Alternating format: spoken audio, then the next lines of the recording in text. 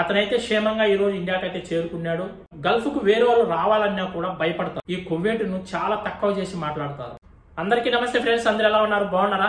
Kuwait ఎడారిలో మన తెలుగతను చాలా ఇబ్బందులు పడుతుంటే అతని మన ఇండియన్ ఎంబసీ వాళ్ళు తీసుకొచ్చి అతనికి అన్ని రకాల సాయం చేసి అతన్ని అతి త్వరలో ఇండియాకైతే పంపిస్తున్నారు. ఈ రోజు లేదా రేపు ఇండియాకైతే చేరుకుంటాడు అతను ఒక వీడియో అయితే చేశాను. ఆ వీడియో కింద చాలా మంది నాకు బ్యాడ్ కామెంట్లు అయితే పెట్టారు. నువ్వు అదే ప్లేస్ లో ఉంటే నీకు అర్థమై ఉండేది, నువ్వు సిటీలో ఉండవు, నీకు ఏం తెలుస్తుంది, అతను ఉన్న చుట్టుపక్కల వేరే వాళ్ళందరూ ఉండేది నువ్వు వెళ్ళి చూసావా, లేకపోతే నీ బాబు చూశాడా, నీకేం తెలుసు, ఇలా చాలా చాలా బ్యాడ్ కామెంట్లు అయితే పెట్టారు. నేను వీడియోలో కూడా పెట్టాను, చూడండి మీరు అన్ని కూడా. ఇట్లా ఇంకా చాలా బ్యాడ్ కామెంట్లు అయితే పెట్టారు. ఈ రోజు కూడా ఇంకా చాలా పెడుతూనే ఉన్నారు. అతని గురించి నేను ఏదన్నా తప్పుగా మాట్లాడినానా అనేది మీరు ఒక్కసారి చూడండి. ఆ వీడియో ఇంకా ఎవరైనా చూడని వాళ్ళు ఉంటే ఆ వీడియో లింక్ కూడా నేను కింద ఇస్తాను. అతనైతే క్షేమంగా ఈ రోజు ఇండియాకైతే చేరుకున్నాడు. అతని కుటుంబం చెంతకైతే చేరుకున్నాడు. హ్యాపీగా ఇండియాకైతే వెళ్ళిపోయాడు. ఎలాంటి ఇబ్బంది లేకుండా ఇంటికైతే చేరుకున్నాడు. దీనికి సహకరించిన ప్రతి ఒక్కరికి కూడా థ్యాంక్ యూ సో మచ్. మన నారా లోకేష్ సార్ గారికి, మన ఇండియన్ ఎంబసీ అధికారులకు, అలాగే అతన్ని ఆ ఎడారి నుంచి తీసుకొచ్చి ఇండియన్ ఎంబసీలో వదిలిన ఆ బ్రదర్ కూడా థ్యాంక్ యూ సో మచ్. ఒక బ్రదర్ అంటే ఒక డ్రైవరే ఆ వీడియో చూసి ఆ ఎడారికి వెళ్లి అతన్ని తీసుకొని వచ్చి ఇండియన్ ఎంబసీలో వదలడం అయితే జరిగింది. ఆ బ్రదర్ పేరు నిన్ననే నాకు తెలుసు, అయినా కూడా నేను వీడియోలో నిన్న కూడా చెప్పలేదు. ఎందుకంటే అతనికి కూడా ప్రాబ్లం వస్తుంది. వీసా ఇచ్చిన స్టేట్ ఏదైనా కేసు పెట్టాడంటే చాలా చాలా ఇబ్బంది పడతాడని నేను చెప్పలేదు. అతనికి కూడా మనందరం కూడా థ్యాంక్స్ చెప్పాలి. అతనే తీసుకొచ్చి ఆ ఇండియన్ ఎంబసీలో వదలడం అయితే జరిగింది. అతనైతే క్షేమంగా ఇండియాకైతే చేరుకోవడం అయితే జరిగింది. అయితే ఒక సుమన్ టీవీ కావచ్చు, ఒక TV9 కావచ్చు, ఈ ఛానల్స్ చాలా ఛానల్స్ మన ఇండియాలో, మన ఆంధ్రప్రదేశ్ లో ఈ కువైట్ లో ఏమి జరిగిందో ఏంటో తెలియకుండానే ఈ కువైట్ ను చాలా తక్కువ చేసి మాట్లాడతారు. ఎందుకు అలా మాట్లాడుతున్నారు? అతనికి ఏమి ఇబ్బంది జరిగింది ఇక్కడ? అతను వచ్చి ఒక నెల రోజులు కూడా సరిగ్గా అవ్వలేదు. ఒక జీతం కూడా అతను తీసుకోలేదు. అతను ఈ ఎడారిలో ఉండడం వల్ల అతనికి కొద్దిగా భయమేసి ఇక్కడ ఏమి జరుగుతుందో ఏమో, ఇక్కడ ఏదైనా జరిగితే నన్ను ఎవరు చూస్తారు ఏంటి అని ఒక భయము, కువైట్లో ఇప్పుడున్న ఎండలకు కరెంటు లేకపోవడము, దీనివల్ల అతను భయపడి సోషల్ మీడియాలో నేను ఇక్కడ ఉండలేను చేయలేను అని వీడియో పెట్టడం అయితే జరిగింది. ఆ వీడియో చూసి చాలా మంది బాధపడి ఉంటారు. నేను కూడా బాధపడిన వాడినే. అయితే అలాంటి వీడియో చూసి గల్ఫ్ కు వేరే వాళ్ళు రావాలన్నా కూడా భయపడతారు. ఒక ఎడారులకు కావచ్చు, ఒక ఇంట్లో పని చేయడానికి కావచ్చు, ఎక్కడికైనా సరే గల్ఫ్ దేశాలకు రావాలంటే చాలా మంది భయపడతారు. అందుకనే నేను ఆ వీడియో చేశాను.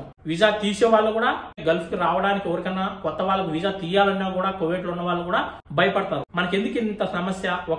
ఒకరికి వీసా ఇవ్వడము, వాళ్ళని ఇక్కడ తీసుకురావడము, వాళ్ళు ఇక్కడే ఉండలేము చేయలేమని ఏడ్చడము, వాళ్ళని మళ్ళీ తిరిగి ఇండియాకు పంపించడము, కువైట్ స్టేట్ దగ్గర మనం మాట పడడము, ఇంటి దగ్గర వాళ్ళ కుటుంబం దగ్గర మనం మాటలు పడడము, ఇవన్నీ ఎందుకు వచ్చిన సమస్యలని ఎవరు కూడా వీసా తీయడానికి కూడా ముందుకు రారు, కువైట్ లో ఉన్న మన తెలుగు వాళ్ళు కూడా. అందుకనే నేను ఆ వీడియో చేశాను. ఎడారిలో అతను ఒక్కడైతే ఉండడు, అతను చుట్టూ చాలా మంది ఉంటారు.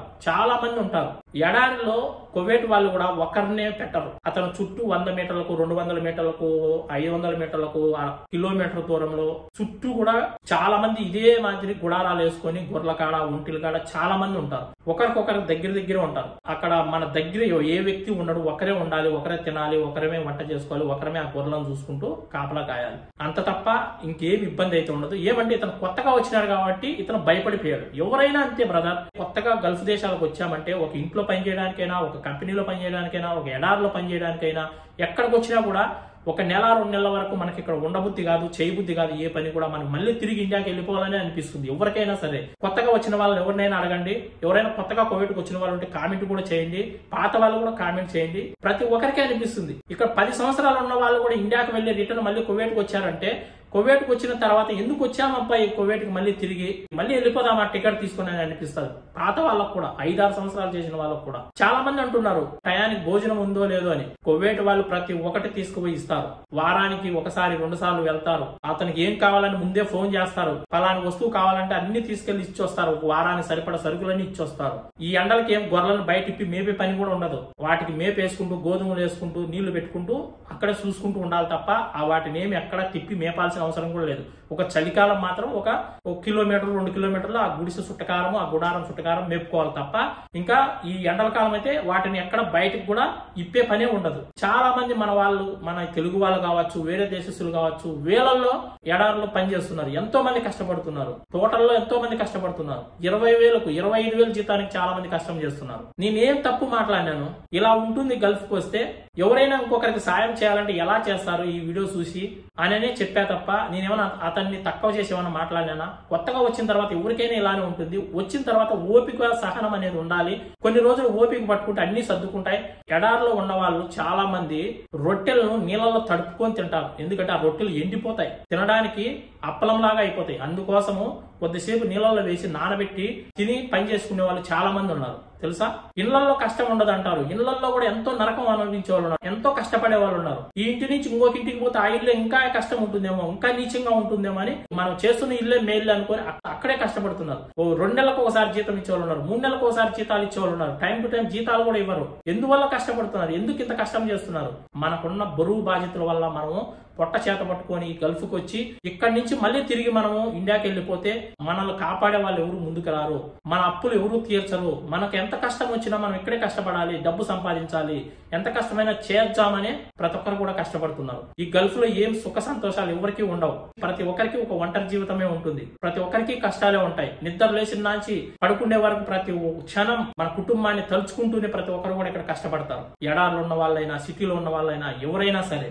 మన ఆంధ్రప్రదేశ్ లో కొన్ని ఛానల్స్, పెద్ద పెద్ద ఛానల్స్ ఎంత తక్కువ చేసి మాట్లాడుతున్నారంటే ఈ గల్ఫ్ దేశాలను. ఈ గల్ఫ్ దేశాలు ఉండడం వల్ల ఈ గల్ఫ్ దేశాలకు మనం వచ్చి ఏదో ఒక రూపాయి సంపాదించుకొని మనకున్న అప్పులు తీర్చుకొని మన బిడ్డలను బాగా చదివించుకొని మన మాదిరి మన బిడ్డలు కష్టపడకూడదని వాళ్ళు ఒక మంచి స్థాయిలో పెట్టాలని కష్టపడి వాళ్ళని బాగా చదివించుకుంటూ మనం కూడా ఒక ఇల్లు కట్టుకోవాలని ఇక్కడికి వచ్చి ఒక ఇల్లు కట్టుకొని సుఖ సంతోషాలతో ఉన్నారు. మనం ఇక్కడ ఒకరికి కష్టం చేసినా చాలు, మన ఇంటి దగ్గర మన ఫ్యామిలీ అంతా సుఖంగా ఉంది కదా అది చాలు అనుకొని పని చేసుకుంటున్నారు చాలా మంది. అలాంటప్పుడు ఈ గల్ఫ్ దేశాలను ఎంత తక్కువ చేసి మాట్లాడుతున్నారు అంటే అంత తక్కువ చేసి మాట్లాడుతున్నారు చాలా ఛానల్స్ వాళ్ళు, పెద్ద పెద్ద ఛానల్స్, న్యూస్ ఛానల్స్ వాళ్ళందరూ కూడా. కొన్ని రోజులు ప్రతి ఒక్కరికి కష్టాలు ఉంటాయి. కొత్తగా వచ్చిన తర్వాత ఒక నెల 2 నెలలు, ఆ నెల 2 నెలలు ఓపికగా మనం పని చేసుకున్నామంటే మళ్ళీ అలవాటు అయిపోతుంది ప్రతి ఒక్కరికి కూడా. ఎవరైనా నిలబడి పని చేసుకోవచ్చు, ఎంత కష్టమైనా చేయొచ్చు. ఆ కష్టం అనేది మనకు కనిపించదు, ఎందుకంటే నెల అయితేనే మనకు జీతం వస్తుంది. ఒక నెల 2 నెలలు ఆ డబ్బుల మొహం చూసామంటే ఈ కష్టాన్ని అంతా కూడా మర్చిపోతారు. ఎంత కష్టమైనా చేసుకుంటాం, ఈ పని ఇంతే కదా అని మనకు కూడా ఈజీ అయిపోతుంది, కష్టం కూడా ఈజీ అయిపోతుంది. ఎవరైనా కష్టపడి ఇక్కడ డబ్బులు సంపాదించారు. ఓకే ఫ్రెండ్స్, మరొక మంచి వీడియోతో మళ్ళీ కలుసుకుందాం. ఏదైనా నేను తప్పు మాట్లాడింటే మాత్రం క్షమించండి. అందరికీ బాయ్ ఫ్రెండ్స్, జై హింద్.